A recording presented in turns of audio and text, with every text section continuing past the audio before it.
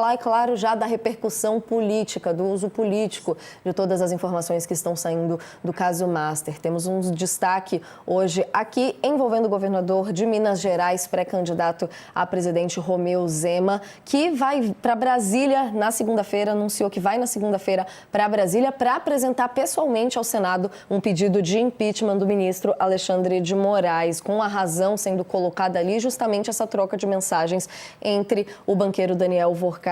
e o ministro no dia da prisão de Vorcaro, da primeira prisão de Vorcaro. Ele que nesse anúncio de que vai a Brasília na segunda-feira, disse, abre aspas, não dá para esperar. Alexandre de Moraes não tem condição de permanecer no cargo depois da revelação de que trocou mensagens com Vorcaro no dia da prisão do banqueiro. Isso é inaceitável. O Brasil precisa acabar com a farra dos intocáveis aqui, segundo a fala do governador. Professor Beto, queria te ouvir um pouco sobre como isso vai ser explorado pelos pré-candidatos agora e Zema aproveitando um espaço ali, de certa forma, desse ataque ao judiciário também, cuidados que o Flávio toma, como que isso vai se organizar, no caso, para os ataques ao STF e se a gente pode mesmo chegar ou não à discussão mais séria de impeachment dos ministros?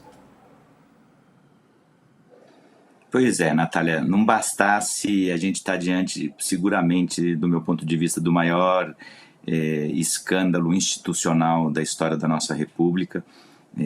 tanto por qualquer ângulo, se a gente vir um número de instituições de Estado que já entraram nesse fango, né, como diria o Humberto Eco, estão enfangadas, enroscadas nisso, Banco Central, Polícia Federal, que são das que gozam de maior prestígio, Receita Federal, CVM, TCU, o Supremo, Legislativo, presidentes de casas legislativas, ministros de Estado, prefeitos, governadores, assim, jornalistas, advogados, juristas. Eu estou esquecendo aqui, estou sendo injusto com um monte de pastores. Então, assim, além de tudo isso, né, uma faturinha de 60 bilhões para a Febraban, para o Fundo Garantidor de Crédito, que o Ciro Nogueira e o Felipe Barros, um no Senado, outro na Câmara, queriam ter quadruplicado. Então, em vez de 60, a gente podia estar falando agora de 250 bilhões de buraco. Não bastasse um escândalo desse tamanho, nós estamos em ano eleitoral, Natália. Então, obviamente que todos vão tentar se aproveitar. O governador Zema, ele vem já de muito tempo tentando chamar a atenção para conseguir entrar numa possível chapa presidencial opositora ao Lula. Então, obviamente, ele não está a fim de falar agora da, talvez, digamos assim, pequena omissão do governo dele quanto às medidas de precaução contra chuvas e enxurradas depois do que a gente viu acontecer em Juiz de Fora. Então, e ele tá nesse vale tudo, já comeu banana com casca e virou meme nacional, e agora vai tentar surfar nessa história, porque ele viu uma possibilidade de eventualmente ser o vice do Flávio Bolsonaro. Então, para isso, ele está se dispondo, digamos assim, a fazer o trabalho sujo, que é a grande agenda da extrema-direita brasileira, que é impeachment de ministro. É a agenda pela qual a extrema-direita e a direita brasileira estão, né, e o bolsonarismo tentando colocar seus candidatos a senador com essa agenda. Votem na gente, que a gente vai ter maioria no Senado para derrubar e fazer impeachment de ministro do Supremo. O Zema está surfando essa onda. Eu acho que todo mundo, o Flávio Bolsonaro, essa semana,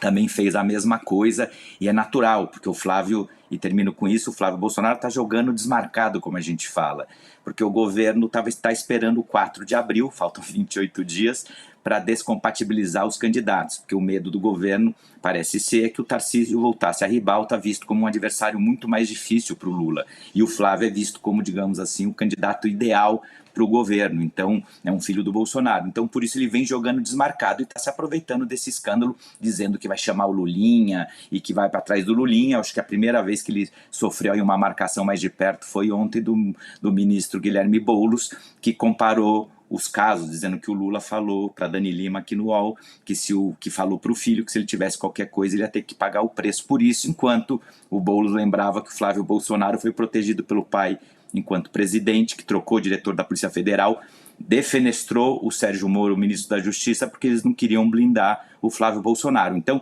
essa farra, essa festa vai acabar, mas eu acho que até o 4 de abril o Flávio ainda vai surfar um pouco, jogando mais ou menos desmarcado, com essa exceção aí desse carrinho que o Boulos deu nele ontem. E bem rapidamente também, professora, para a gente encerrar o assunto aqui, queria te ouvir sobre essas possibilidades de mobilizações em ano eleitoral com isso tudo do caso Master e possibilidades ou não de impeachment dos ministros. A gente só vai saber, Natália, então, de maneira bem rápida, se essa possibilidade ela é real ou não, dependendo do resultado da eleição em 2026. Para agora, em 2026, é impossível a gente ter